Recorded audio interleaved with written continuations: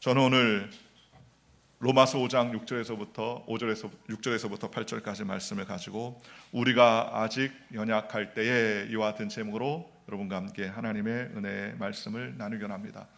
인간은 태어나기 전에 10달 동안 엄마의 뱃속에서 성장을 합니다.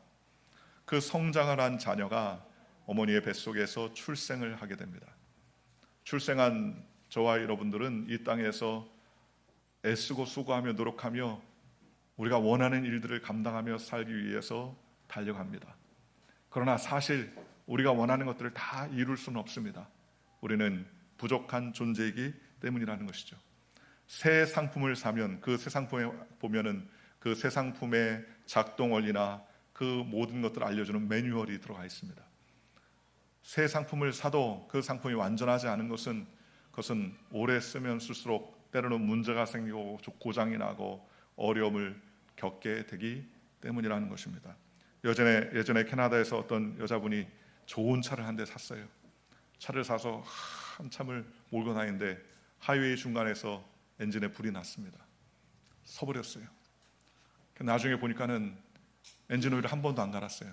차는 샀는데 엔진 오일 가는 것을 알지 못해가지고 한 번 사면 차가 폐차될 때까지 쓰는 줄 알고 기름은 넣었는데 엔진 오일을 안 갈아가지고 엔진이 들러붙어 과열이 돼서 불이 난 적이 있습니다. 그분이 그런 이야기를 하시더라고요.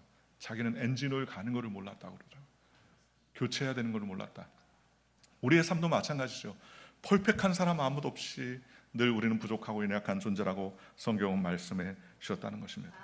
그런데 오늘 성경은 우리에게 말씀하시기를 그러므로 우리가 알거니와 오늘 성경의 말씀에 우리는 연약한 존재다. 우리가 아직 연약할 때의 기약대로 그리스도께서 경건하지 않은 자를 위하여 죽으셨다 그랬습니다. 첫째로 우리가 어떤 존재임을 알아야 되느냐. 우리는 부족한 존재, 연약한 존재임을 아는 저와 여러분들 되시기를 주님의 이름으로 축원합니다. 상식적으로 바퀴벌레나 뱀이나 대부분의 곤충이나 물고기들은 태어나자마자 혼자 살아갑니다. 송아지가 태어나자마자 조금 있으면 내 다리를 착 하고 서요. 망아지도 태어나면 조금 있다가 다리를 꿈틀꿈틀 거리더니 탁 씁니다. 코끼리도 태어나가지고요, 탁 태어나자마자 자동차보다 더 크더라고요. 네 발로 걷고 씁니다. 그런데 이렇게 동물들이 태어나자마자 걸을 수 있고 자기의 의식을 가지고서 움직일 수 있는 데 비해 인간은 태어나서 걷기까지는 약 1년 정도가 걸립니다. 저희 어머니의 이야기로는 제가 좀 빨리 걸었다고 합니다. 한 10달쯤 걸었다 그런 거예요. 그런데 자랑할 게 못 돼요. 10달이나 걸린 거죠. 조금 늦으면 12달 혹은 14개월 정도 걸립니다. 그렇게 오래 걸린다는 거예요. 말은 더더욱 느립니다. 말을 한번 하려면, 엄마 아빠를 하려면 한 2년은 기다려야 되죠. 제대로 단어를 구사하려면 2년은 넘어야 됩니다. 저의 막내 남동생이 3살, 4살, 5살까지 말을 제대로 안 해서 크게 고민을 부모님들이 했던 기억이 납니다. 그러고 나서 나중에 말이 트니까 얼마나 말이 많은지 말을 자유자재로 하게 된 것을 볼 수 있어요. 이렇게 느려요. 그래서 2년이 돼야 말을 하기 시작합니다. 우리가 경험했던 모든 공부하는 것과 살아가는 과정에도 모두가 다 불완전함을 느낄 때가 많이 있습니다. 자기의 외모를 보면 나는 완전합니다, 나처럼 퍼펙트한 사람 없습니다 라고 주장할 사람 이 세상에 있습니까? 아무도 없어요. 여러분도 화장을 이쁘게 하고 왔습니다. 왜 그렇습니까? 흠을 좀 없애 보이려고 화장을 하지 않습니까? 또 조금 가다가 그게 변장이 되기도 하죠. 그래서 그리기도 하고 그 다음에 수술을 하기도 합니다. 어떤 분이 한국에 갔다 오더니 복이 몰라보게 바뀌었다. 그는 변장 수준을 넘는 것이죠. 왜 그렇습니까? 내가 완벽하지 않으니까 완벽한 모습, 완벽한 아름다움으로 나타나길 원하기 때문이라는 것이죠. 그러니 우리 중에 누가 나 홀로 완벽하다고 주장할 수 없습니다. 캐스터웨이라는 영화가 옛날에 있었는데 그 영화의 내용인즉슨 비행기가 추락해서 어떤 남자가 외딴 섬에 머물게 됩니다. 그런데 혼자 살아가요. 얼마나 외롭습니까? 완벽한 인생인 것 같지만 혼자 살아니까 너무 외롭고 쓸쓸하고 낙심됩니다. 그러다가 배구공 하나를 주습니다. 그래서 그 배구공에 대해 눈을 그려주고 입술 그리고 머리카락 같은 나뭇가지를 꽂아놓은 다음에 그에게 윌슨이라는 이름을 지어주면서 매일같이 그와 대화합니다. 배구공, 바람 빠진 배구공이 무슨 말을 하겠습니까? 그러나 혼자 사는 것이 너무나 괴롭고 힘드니까 그 공에다가 이름을 지어주고 그 공과 함께 이야기를 합니다. 인간은 쉽게 말하면 혼자 하면 할수록 혼자 할 수 없는 존재라는 연약한 존재임을 알려주고 있다는 것입니다. 그러니 우리는 어떻습니까? 우리는 연약한 존재이고 흔들리는 존재입니다. 부족한 존재입니다. 그런데 이런 저와 여러분들이 완벽을 추구하는 존재지만 완벽해질 수 없다는 사실을 성경은 우리에게 말씀해 주셨습니다. 그런데 참 감사한 것은 이 땅에 오신 예수님께서 우리를 완벽한 자를 찾기 위해서 오셨다고 성경은 말하지 않습니다. 성경은 뭐라고 말씀하십니까? 누가복음 5장 31절에 이렇게 예수님께서 말씀하셨습니다. 예수께서 대답하여 이르시되 건강한 자에게는 의사가 쓸데없고 병든 자에게라야 쓸데있나니 내가 의인을 부르러 온 것이 아니요 죄인을 불러 회개시키러 왔노라 라고 말씀해 주셨습니다. 얼마나 감사합니까? 나는 퍼펙트한 사람, 깨끗한 사람, 온전한 사람, 의로운 사람만 찾는다 하면 오늘 저와 여러분은 예수님께 아무도 갈 사람이 없을 것입니다. 그런데 예수님은 병든 자, 연약한 자, 죄인을 내가 부르러 왔노라 라고 예수님께서 말씀하시면서 우리의 부족함과 불완전함을 깨닫는 것이 바로 예수님을 만나는 시작임을 우리에게 말씀해 주더라는 것입니다. 사도 바울은 주의 일을 할 때마다 매우 두려워 떨었던 사람이었습니다. 성경에 보면 그가 얼마나 하나님 앞에 두려운 마음으로 떨었는지 이렇게 이야기합니다. 고린도전서 2장 3절에서 5절은 내가 너희 가운데 거할 때에 약하고 두려워하고 심히 떨었노라.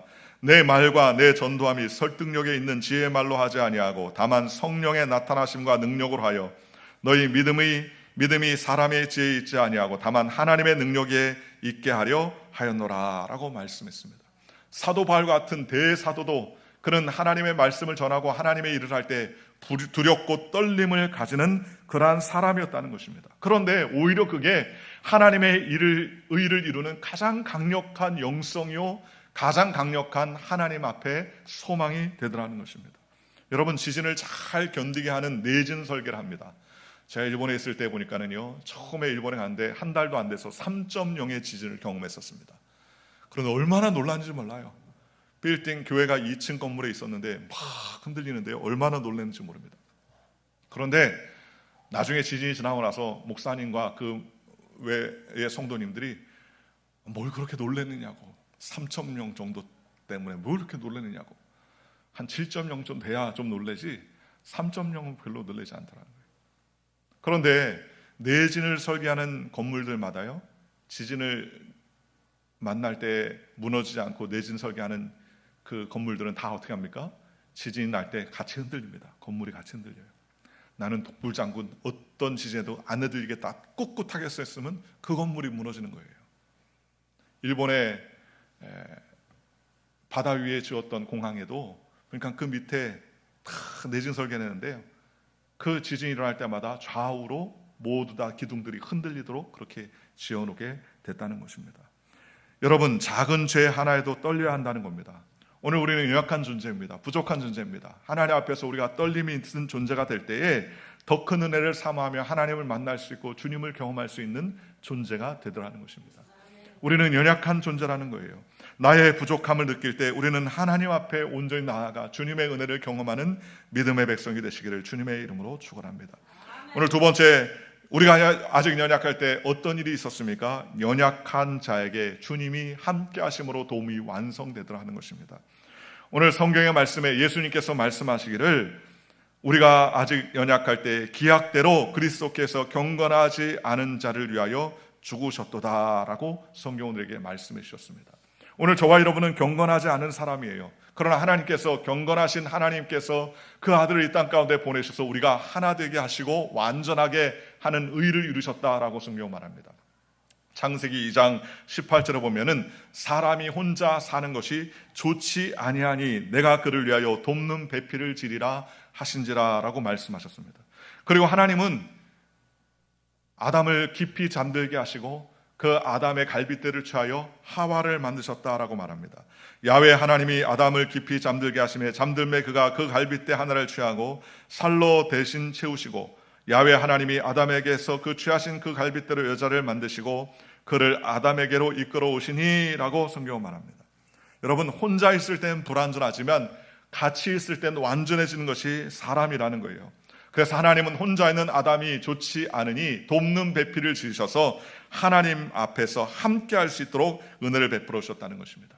이 돕는 배필이라는 말은 에제르라는 말입니다. 하나 되는 의미를 말씀하는 것이죠. 도움이라는 의미입니다. 이 도움이란 말이 하나님과의 관계된 말인데 사람에게 딱 한 번 쓰여졌어요. 그것이 바로 이 창세기에 아담에게 하와를 데려올 때 도움, 배필이 된다라는 말씀에 에즈라는 단어를 쓰여지게 됐다는 것입니다. 그러므로 인간은요, 서로 부족한 존재니까 서로 도와줌으로 아름답고 하나되고 영광스러운 존재가 되어지더라는 것입니다.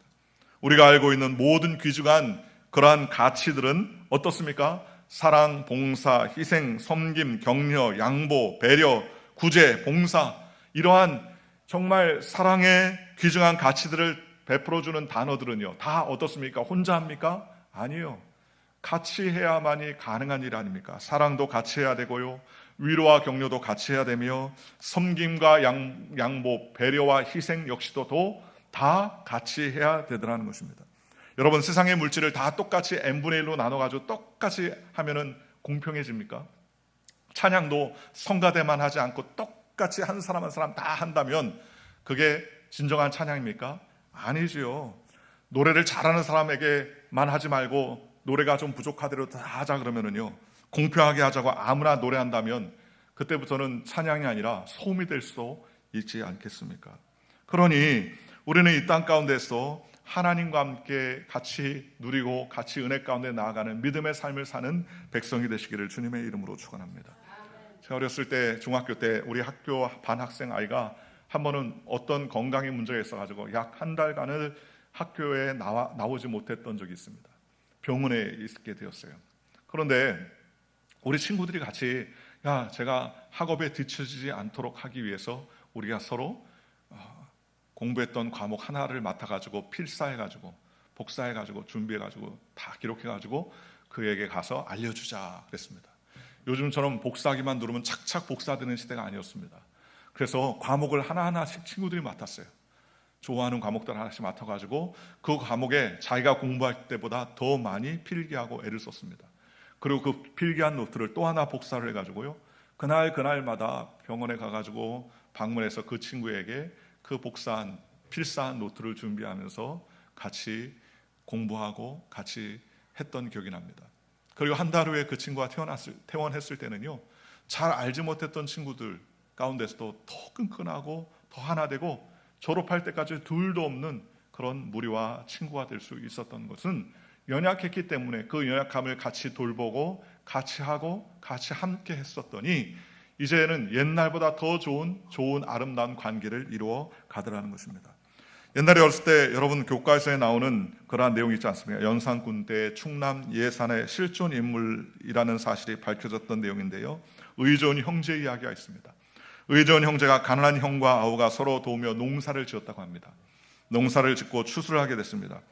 형은 새 살림을 막 꾸리기 시작한 아우에게 돈이 많이 들고 재정이 많이 들 테니 자기의 볕단 중에 낯가리를 얼마를 덜어다가 밤에 동생의 볕단 위에다가 올려놓겠다는 심사로 가지게 갖고서 갖다 놓게 됐어요.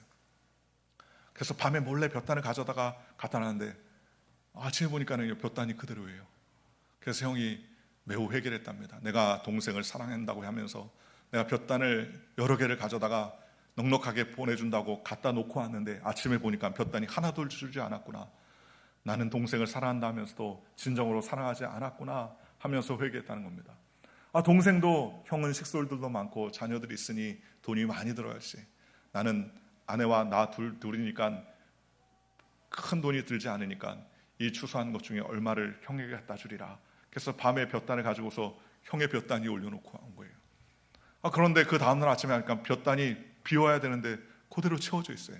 동생도 생각하기를 내가 형을 사랑하고 생각한다고 했지만 실제로 내가 얼마나 인색했는지 볕단이 티도 안 났구나. 그렇게 회개하고 그날 저녁에 이 두 형제들은 각자 이제는 동생을 위해서, 이제는 형을 위해서 그 볕단을 한 보따리 준비해가지고 밤에 달빛에 그 볕단을 가지고 서로에게 가기 착하다가 중간에 맞춰 짜던 거 아닙니까? 나중에 알고 보니까 그 볕단이 채워졌던 것은 형이 아우에게, 아우가 형에게 서로 그 볕단을 서로 나누어 줬던 아름다운 이야기가 있었지 않습니까? 여러분, 이들이 다 풍족했으면, 이들이 다 부자였으면 이런 아름다운 무야가 시작될 수 있었겠습니까? 아니에요. 부족하니까, 연약하니까, 가난하니까, 그런 가난함 가운데서도 서로 헌신하고 하나 되기 위해서 사랑을 느끼고 감사하니까 이런 아름다운 이야기가 일어날 수 있었지 않겠습니까? 그런 의미에서 본다면 코로나 3년간의 기간 동안에 우리가 잃은 것도 많지만 감사한 것도 얼마나 많습니까?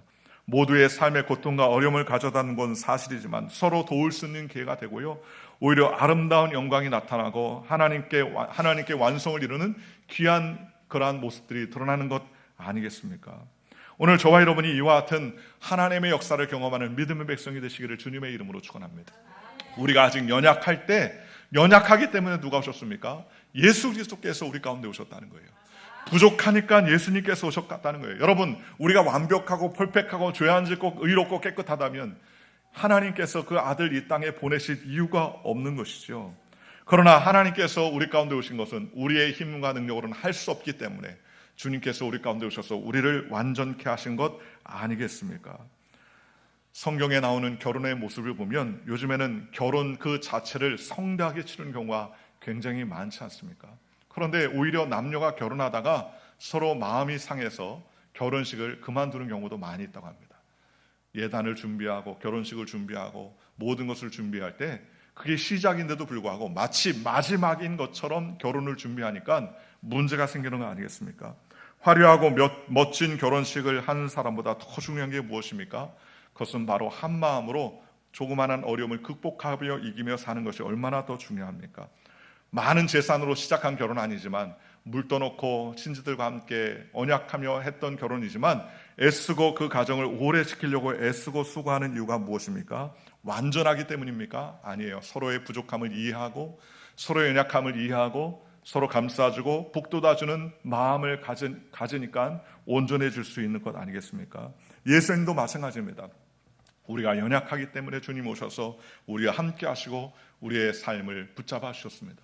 예수님이 이 땅 가운데 오셔서 제자들 12를 데리고서 3년 동안 사역을 했는데 그 12 중에 하나가 예수님을 팔았고요, 그 12 중 수제자가 예수님을 욕하고 저주했으며 그 나머지 10명은요 예수님 십자가 못 박힐 때 다 뿔뿔이 터지고 자신들이 무엇을 해야 할지도 알지 못했었습니다. 만약에 제가 예수님이었다면 아마 부활 후 예수님께서 제자들을 찾아오셔서 말씀하시고 사랑으로 다스렸지만 만약에 제가 예수님이었다면 아마 쫓아다니면서 너 그럴 수 있냐? 너 어떻게 베드로 그럴 수 있냐? 내가 앞으로는 배씨하고는 친해지지 않겠다. 아마 그렇게 결단하고 각오하고 섭섭함을 토로했을지 모릅니다. 가룟 유다 걔는 나쁜 놈이야. 그러면서 모든 제자들에게 가룟 유다의 부도덕함을 아마 이야기했을지 모릅니다. 그리고 내가 십자가에 이렇게 달려 돌아가서 피 흘릴 때 어떻게 너희들 그렇게 한 사람도 나한테 오지 않냐고 다 얼굴을 돌리고 제각기로 갔니? 라고 비난했을 것입니다. 그러나 예수님은 비난이나 그리고 그들을 정죄하지 아니하시고 내 양을 먹이고 내 양을 치라라는 겸손한 마음과 사랑의 마음으로 그들을 돌보아 주셨습니다. 왜 그렇게 했을까요? 그것은 그들의 연약함을 알고 계셨기 때문이며 그 연약함을 인간의 힘과 지혜로는 채울 수 없다는 사실을 깨달았기 때문이라는 것입니다. 그래서 예수님은 그들을 위해서 죽으시고 십자가에 못 박힌 것 아니겠습니까? 오늘 저와 여러분이 하나님의 은혜를 누릴 수 있는 가장 좋은 방법은 나의 연약함을 깨닫고 나서 그 다음에 주님이 우리의 연약함을 채워주는 분이라는 사실을 기억할 때에 분명히 하나님의 놀라운 역사와 승리가 있다는 사실을 기억하시기를 주님의 이름으로 축원합니다. 우리의 가정에서, 교회에서, 모든 공동체에서 부족함과 불완전함을 서로의 도움으로 완성을 이루려고 할 때에 아름다움과 영광을 체험할 수 있다는 사실을 기억하는 저와 여러분이 되시기를 주님의 이름으로 축원합니다. 세 번째, 우리는 예수님을 통해서 또 우리의 연약함을 짊어짐으로 말미암아 그 도움의 완성을 이루셨는데 그 도움의 완성을 이루기 위해서는 하나님께서 주시는 사명을 붙들고 사는 믿음의 삶을 살아야 된다는 사실입니다.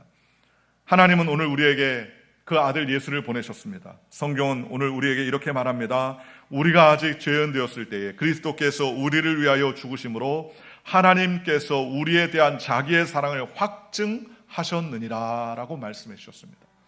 우리가 아직 죄인이었는데 우리가 아직 부족한데, 우리가 아직 연약한 존재임에도 불구하고 하나님은 그 아들을 보내셔서 죽기까지, 우리를 위해서 십자가에 달려 돌아가시게 하기까지 하나님이 우리에 대한 사랑을 확증해 주셨다라고 성경은 말씀해 주셨습니다.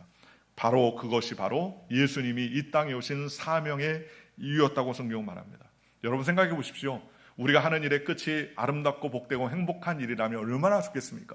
그런데 여러분이 하는 일 끝이 가시면류관을 쓰고 십자가에 못 박히고 대못에 박히며 창에 맞고 죽어야 하는 일이라면 그걸 감당할 수 있겠습니까?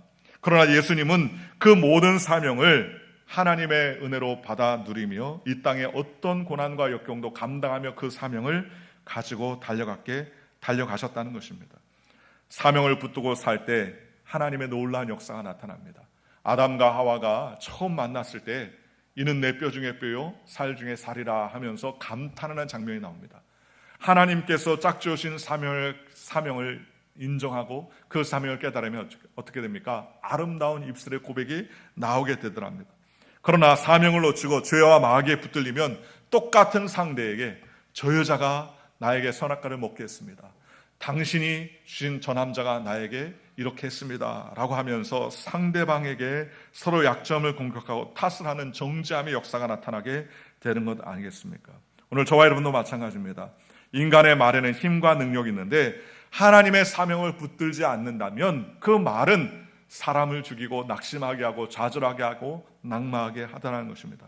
그러나 사명을 붙들어 하나님께 쓰임받게 된다면 그 말이 소망이 있고 그 말을 통하여서 하나님께 영광을 올리고 그 말을 통하여서 의를 이루고 화평을 이루는 놀라운 역사를 이룰 수가 있게 되더라는 것입니다.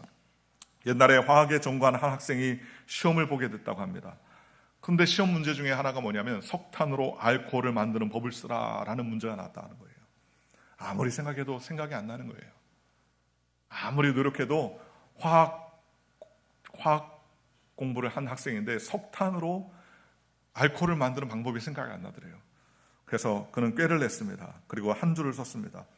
석탄으로 알코올을 만드는 법을 쓰라는 문제 앞에 그는 이렇게 말했습니다. 석탄을 팔아서 알코올을 산다. 그렇게 썼다고 그래요. 그리고서 시험지를 제출하고 나왔습니다. 그는 당연히 교수님께 혼이 날 것이라고 생각했습니다. 아니나 다를까 교수님이 그 학생을 찾는다는 이야기를 들었어요. 그리고 교수님께 머리를 들지 못하고 그 교수님께 찾아갔습니다. 혼날 줄 알았는데 교수님 불러다가 막 웃으시면서 야, 넌 참 창의적이다. 참 훌륭하다. 그러면서 야, 네 답을 보니까 내가 생각해도 네 답이 정답이구나. 그래, 제일 쉬운 방법이 석탄 팔아가지고 알코올 사는 게 제일 정답이지. 그러면서 껄껄거리면서 웃으시더라는 겁니다. 그러면서 책을 읽어보라면서 더 열심히 공부하라면서 격려금을 주시더라는 거예요. 그때 그 마음에 정말 교수님께 감사한 마음이 들었고 그때부터 자기의 부족함을 깨닫고 더 열심히 공부하여 귀한 학기를 졸업하게 되었다는 겁니다. 여러분, 정말 그 학생이 똑똑하고 훌륭해서 정답을 잘 써서 선생님이 너 훌륭하구나, 너 정답을 잘 맞췄구나 그렇게 얘기했겠습니까? 아닙니다. 부족하지만 격려하기로 마음에 작정하니까 그렇게 한 건 아니겠습니까? 그렇잖아요. 이따위 대답을 해? 라고 했다면 국물도 없었겠지만 그러나 내가 이 학생을 격려해야 되겠다. 머리는 참 좋은데 조금만 노력하면 좋은 인재가 될 수 있을 것 같은데 라는 마음이 있었기 때문에 격려하기로 작정하니까 그렇게 썼다는 건 알겠습니까? 제가 아는 목사님이 대학 때에 소설 중에 우리나라의 소설 중에 감자라는 소설이 있지 않습니까? 그 감자에 대해서 쓰시오라는 그러한 시험 문제가 나왔답니다. 그런데 자기가 펑펑 놀아가지고요 그 소설의 감자에 대해서 전혀 생각이 안 나더래요. 그래서 그때부터 감자에 대해서 썼답니다. 감자는 강원도에서 많이 나타나고 감자는 감자로 감자를 쪄먹을 수도 있으며 감자 튀김으로도 할 수 있고 맥도날드의 주 생산이 아웃에서 나오는 감자로 만들어지며 감자는 생활 올리기도 하고 감자는 어떻게 돼가지고 구황작물로서 많은 사람들에게 도움을 준 음식이 감자다. 가지고 빽빽하게 써냈대요. 그랬더니 B 플러스를 받았다는 겁니다. 선생님이 부르더라는 겁니다. 그래서 막 웃더래요. 너같이 이 소설 감자를 썼더니 감자만 쓴 놈을 처음 봤다 그러면서 막 웃으시는 겁니다. 그때 그 목사님이 학창시절에 그렇게 생각했대요. 공부 안 해도 열심히만 하면 B 플러스는 받는구나라고 생각했다는 겁니다. 그가 정답을 맞춰서 B 플러스를 줬겠습니까? 격려의 차원으로 줬겠죠. 오늘 저와 여러분도 마찬가지입니다. 내가 비판하겠다, 저의 약점을 들춰내겠다, 저 사람의 잘못을 깨부시겠다라고 작정하며 달려들면 그러면 소망이 없지 않습니까? 그러나 하나님 앞에 뜻을 정하여 살아갔던 다니엘처럼 서로 돕고 또 의지하며 살아가겠다고 결정하면 하나님의 놀라운 역사와 은혜가 임하게 될 줄로 믿습니다. 오늘 저와 여러분들은 하나님의 은혜 가운데 사명을 감당하는 믿음의 백성이 되시기를 주님의 이름으로 축원합니다. 가정 안에서, 교회 안에서, 공동체 안에서 서로의 부족한 모습을 들춰내기 시작하면 끝도 없이 연약한 곳이 그 단체겠지만, 그러나 하나님의 은혜 안에서 예수님의 놀라운 그 사랑, 하나님께서 맡겨준 그 사명을 감당하기 위해서 십자가를 지시고 또 물과 피를 다 쏟아주시고 우리를 위해서 모든 것을 희생하던 그 놀라운 희생이 결국 십자가의 사랑이 우리를 구원해 주시고 십자가의 사랑이 우리를 완성할 수 있도록 하나님께서 은혜를 베풀어 주신 것 아니겠습니까? 아무리 비싼 악기도요, 딱 해야 하는 것이 하나 있다고요. 얼마 전에 훈민정음이란 그 음악을 들으러 링컨 센터에 갔습니다. 갔더니 여지없이 오케스트라가 쫙 들어오는데요, 전 세계 어떤 유수한 오케스트라나 조그만한 오케스트라 할 것 없이 딱 동일한 게 하나 있어요. 그건 뭐냐면 지휘자가 들어오기 전에 악장이 제일 먼저 들어와서요, 악장이 음을 쫙 켭니다. 440Hz의 음을 쫙 키면 그 모든 악기들이 그 악장의 그 소리에 따라서 같은 음을 쫙 냅니다.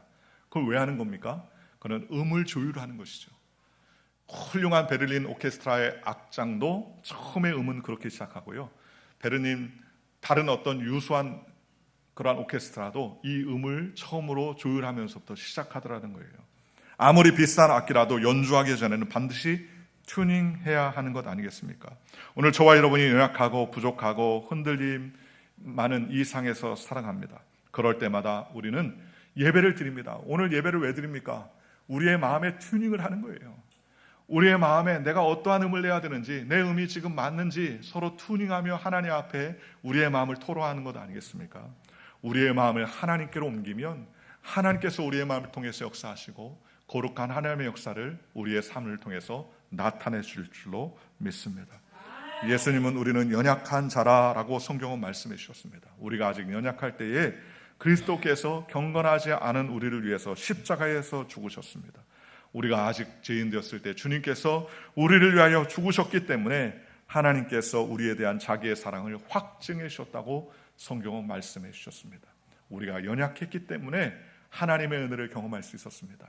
날마다 우리는 연약함을 바라보고 우리의 연약함을 통하여서 십자가를 바라보는 믿음의 삶을 살게 되시기를 주님의 이름으로 축원하고, 그 십자가를 통하여서 서로의 연약함을 보듬어 공동체를 이루는 사명을 감당하는 믿음의 일꾼이 되시기를 주 예수의 이름으로 간절히 축원합니다. 기도하겠습니다.